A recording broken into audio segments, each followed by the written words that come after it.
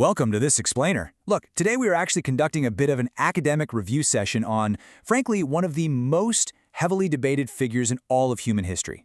We're going to analyze the historical and scriptural texts surrounding the identity of Jesus and specifically his really profound connection to the writings of the ancient prophet Isaiah. You know, for centuries there's been this massive, highly contested question sitting at the center of historical and theological studies. Who was Jesus really? I mean, was he just an incredibly insightful moral teacher? Was he a revolutionary prophet? Or was he something significantly more? So to figure that out, we're essentially putting the textbook right in front of us. We're going to look strictly at the evidence as it's presented within the biblical texts themselves and really analyze how these ancient prophecies map directly onto the New Testament narratives. Okay, let's dive into the syllabus for today. First, key terms. Second, the genealogies. Third, the four prophecies. Fourth, alternative interpretations. And lastly, our final exam question. Section 1. Key terms. To really understand this historical debate, we have to start with how the text actually positions its central figure. Because the New Testament doesn't just introduce Jesus as some wise guy wandering around the desert. It explicitly defines him with these heavy, monumental titles: the Son of God, the Savior, and crucially, the Word made flesh. This specific phrase comes right out of the Gospel of John, chapter 1, verses 1 and 14, which say, "In the beginning was the Word, and the Word was God, and the Word became flesh." Now, you really have to understand how massive of a claim this was back in the first century.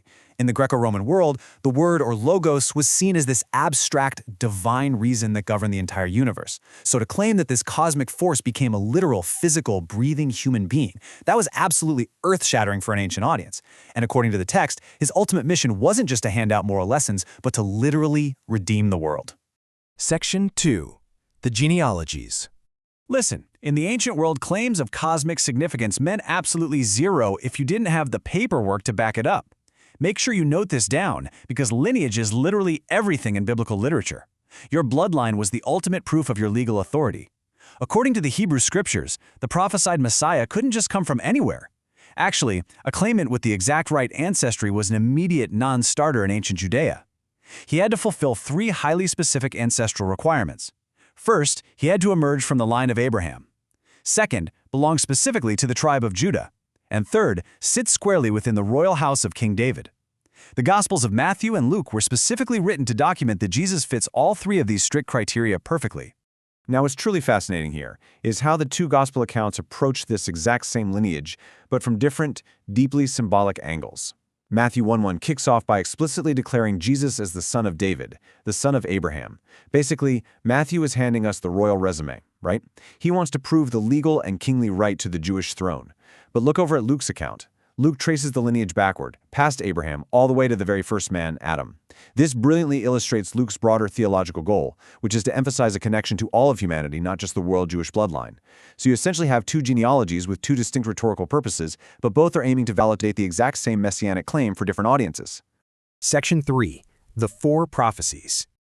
All right, having established the lineage, we now reach the core testable material of our review today.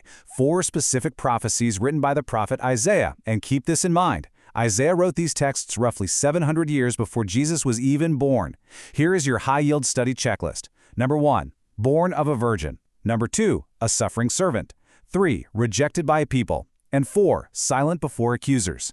The writers of the New Testament frequently pointed backward to these specific texts to validate his identity. Let's break down these claims regarding birth, physical suffering, social rejection, and his demeanor during trial.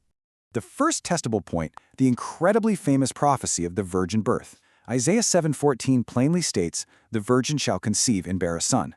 Now, if you flip right over to the New Testament, Matthew 1:23 explicitly quotes this exact line from Isaiah, making the claim that the highly unusual circumstances of Jesus' birth were a direct, undeniable fulfillment of this ancient text.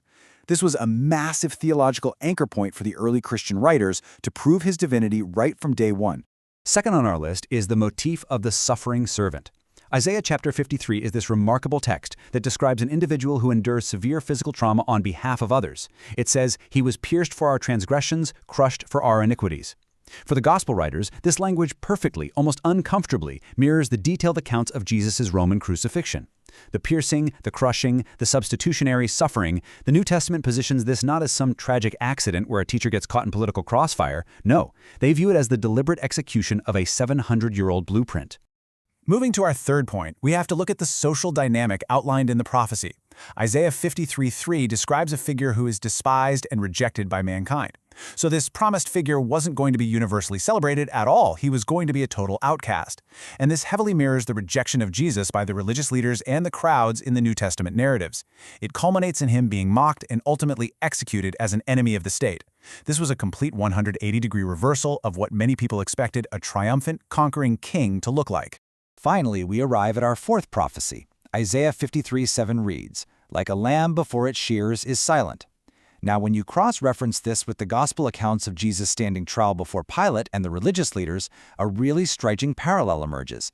Think about it. In the ancient world, a Roman trial meant begging for your life, dragging in weeping family members, and making these impassioned rhetorical defenses.